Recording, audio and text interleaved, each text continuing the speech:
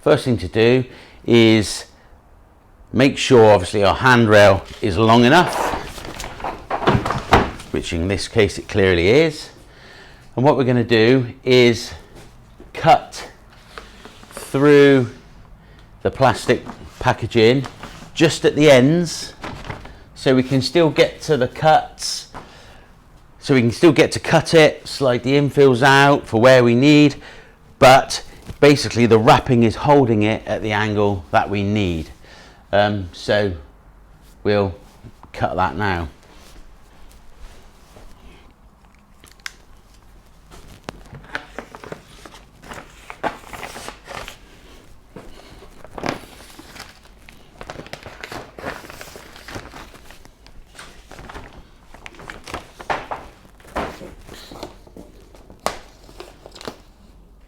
Careful not to score the handrail or the base rail.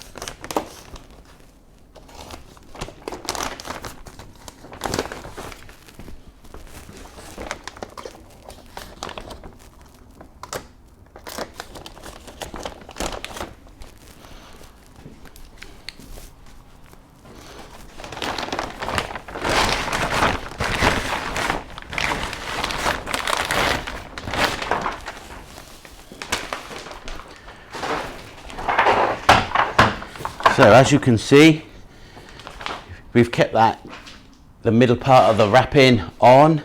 It's good to keep it on anyway if you're on a building site, because it keeps it clean and protects it a little bit. But obviously now we can mark where we do our cuts. So there's two ways of doing this. One, you literally offer it into place and you mark where it's going to go. You can obviously even up the spindle space, so the gap of this spindle to this last spindle, or the first spindle to your newel post, and this spindle to the newel post are equal, so you can move it along. Or the one I prefer is, let me move this out of the way,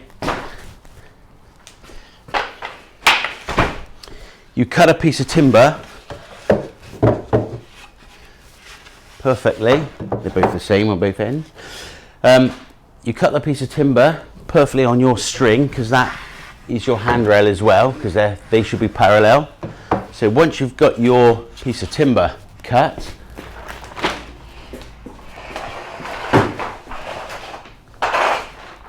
you can then sit that and just copy the ends where you want to cut, and that's more accurate. A little tip how to get your angles perfect for your handrail, so you won't have any gaps when you fit them, is a sliding bevel. Okay, so your sliding bevel, you slide on your string, so it's adjustable. Let me undo it. Okay, you slide it along your string to meet your newel post. Okay, and then you basically, let me change the angle, push it down, like that.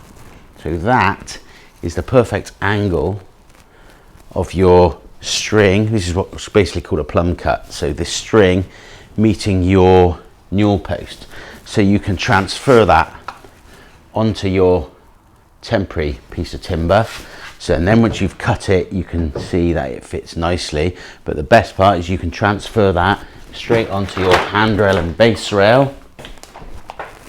So you can mark it, and also you can put that on your chop saw, so when you cut, you know the angle's perfect.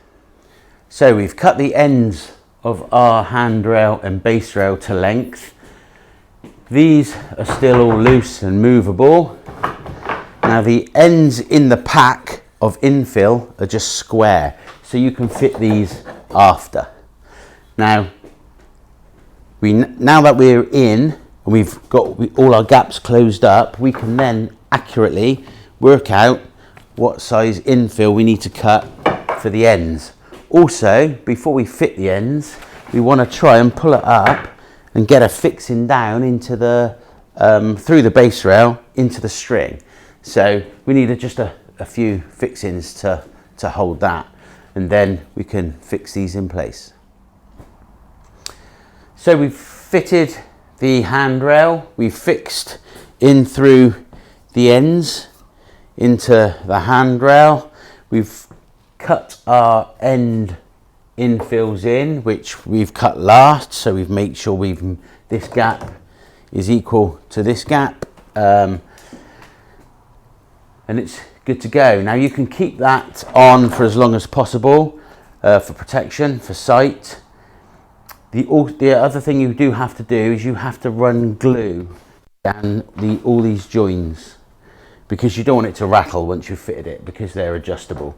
So we need to glue them. You can even fire pins in if you want, and then simply once it's ready and you've finished, run your knife as close as you can in between the string and the base rail.